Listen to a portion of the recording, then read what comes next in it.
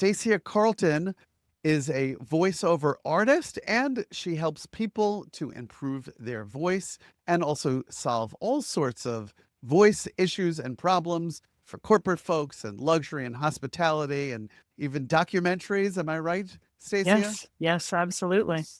So much. And I'm thrilled that you joined today so we can talk about the biggest worries and pains and issues that people have when they stress over how their voice sounds. Do you find people stress? The people come to you probably to They, tell you all their fears. they, What do you hear? so I think, and it is interesting because the moment that people hear I'm a voiceover artist, it's almost like when you find out you're talking to a hairstylist and you're like checking you want to make Oh, sure it's interesting. perfect, right? So Right. I think for the most part, people really don't like their voice, and I think that they feel that it impacts their ability to communicate their message, Yes. when in fact it's not typically the tone of their voice that is the problem. What is the problem Well, then? I would think more than anything, it's clarity and it's timing. Ooh, that's good. And you and I talked briefly right before recording this. And I always find as a media trainer, the thing that the person asks for is adjacent to where the problem is, but it's not exactly what the issue is. So it sounds Absolutely. like you've experienced that and what you see from people. So tell us how they can do a better job with those two things. I think first of all, being very clear and understanding the message that is trying to be communicated. So if I understand what my client is trying to say, not simply the words on the page, but truly what is their message, inevitably I will be able to better communicate it. And more than anything, honestly, to me, the simplest thing, slow down. Everyone rushes, and I'm certainly guilty of it in a social setting. I can talk a Right. million miles an hour. But when you're trying to communicate, lower your voice a little and slow down. Right. And while some people are hearing it right now and think, oh, well, I should be able to do that when they work with a coach, you will guide them toward doing it the right way. And also, they're just too close to it because they're in their own body. Am I right? Exactly. Yes, absolutely.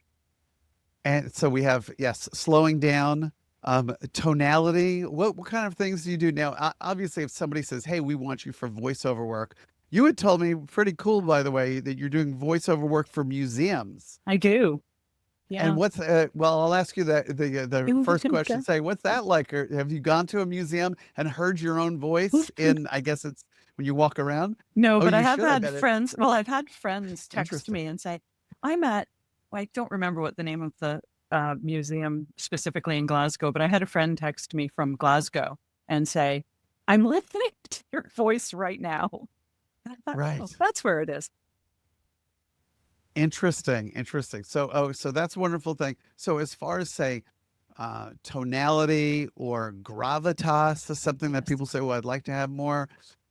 What are obviously you're not doing a whole coaching session here, and everybody is a little bit different. So, certain things would apply to those individuals, but in a general way, what do you notice makes somebody's voice work well tonally or have more gravitas, male or Uh, female? yeah, breathing. Breathing is Mm, terrifically important. Again, I come back to understanding the message as opposed to I can sit here and just read from the page and it means nothing and it sounds like nothing and your entire audience will drift. But if you yeah, understand it and you feel, you don't even have to feel strongly about it, but you have to be able to convince people that you feel strongly about it. yeah. Oh, that's a really good one. By the way, how did you get into this? Did you just decide at the age of 12 that you your unformed voice was perfect for an adult career?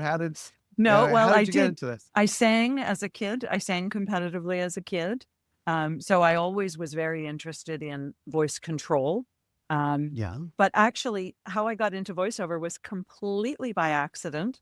I was approached in a store I was with a friend and we were just chatting, and a woman came up to me and said, "Your voice is perfect for a project I'm working on. Do you do voiceover?" And I said, "No, but I'm an adventurous sort." And I said, "I'll try. I can try it." And because I have a background in singing, I understood it to a certain degree. I felt that I could probably make a go of it. And I did. And I did it just part-time for fun. It was something that interested me because I'm so interested in communications. And Yeah. I just enjoyed doing it. And honestly, I felt like it benefited my actual earning career at the time because that is in leadership. Um, and it just allowed me to really focus on how my messages were landing. Right. Yeah. Yeah. And here's an interesting thing as I'm hearing you talk about. That's a fun story that you really literally got discovered and Yeah. then said, "Hey, maybe there's something here." For my last media training book, I said it must be me on the audiobook, and I realized after 3 chapters, it didn't need to be me. It's It didn't have to exhausting. be. It's Oh, books exhausting. are terrible to do. They're long, right? I They're mean, so long. yeah, yeah. And I have a friend who was also asked to do some voice projects and does it occasionally. She's a singer, and she said that they had her do just a few hours a day over the span of a week or two to make sure her voice wasn't tired. And but is that something that you've done along the way as well? Well, I have, and it is again. So it initially when I started, it was just for fun, and I was having a gas doing it. Yeah. Uh, so I didn't take it too seriously. But as I was being offered more and more jobs, most of them at the time, this is several years ago, were books. And that is exactly the thing. It's about being kind to your voice, Hmm. understanding what things your voice needs, including good rest. And, we think it's just about physical fitness, but our voices are dramatically impacted.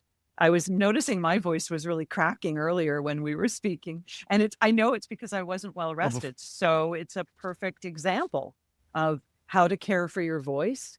mm, What types of things make it better? What makes it worse? That smoke we had right. drifting around recently made it really bad. It was tough Oh, doing smoke in the recording. air. But so developing the ability to record for many hours at a time is something that you really have to build up to in Right. order to keep Yeah. the I same could definitely see that. intonation throughout.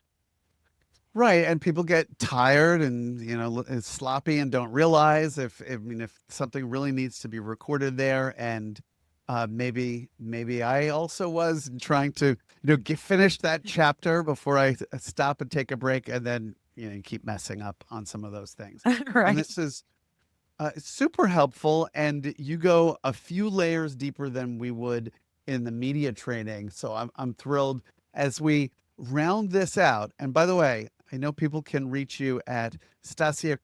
Stacia, by the way, is the proper way to pronounce your first name. So if you reach out to her, pronounce it right, people. Come on. But it's Stacia, spelled Stacia. I was pronouncing it the way it seems like it is on the page. Carlton, Carlton, one word.com is where you can find her. Yes. And give us 3 things that we could try or to pay attention to, just all the rest of us, to do a better job with our voices. The first one I always say, and I am equally as guilty of it, most of us are, we rush. So slow down much more than you think you should slow down. Mm, I think we're all in a big hurry to get our point out. We just have to rush to get to the punchline. Slow down. Lower our voices. Take some of that. There's a difference between being excited about your subject and sounding excitable. And you don't want to sound excitable. You want to really? sound Is that enthused. we wouldn't want to? If I'm getting a little too excited, oh wow, this is pretty. So that Right. would be a little bit weird, and we should. And Exactly. if we're calm, then I guess our voice has that better tonality. Yeah, It sure interesting. does. Yeah, it sure does, I think. So staying calm, slowing down, and focusing on this may sound very rudimentary. Commas are there for a reason. That's where we breathe. And it allows our thoughts to expand a little bit. Yes. And maybe that's an interesting way of thinking about the pauses. It's almost like if you say, put pauses in, maybe it's too much to think about, but a comma, we know where a comma should go We do. in a sentence. Yeah. So that's an interesting angle. So we have speed, which is slow down. Slow down. What was the middle one again is? Oh my gosh. We have, Oh, excited. You can oh, sound excited, but not excitable. oh, good. Yes. Excited, not excitable. And the third, commas. Ooh, Yeah, pay that's attention to where you should be pausing. that's pretty good. And people will sound like better, stronger leaders. And I'm sure it will help them in their business life and their personal life. I Would hope you so. agree? I hope so. That's Totally. the goal. I certainly in my previous career in leadership, if every time I was able to get people to slow down, they really did wonders. It really helped a lot. So yeah, pay attention to where those commas are. Wonderful. Stacia Carlton, staciacarlton.com is the website. Thank you for joining us. Thanks so much, Jess. I really appreciate it.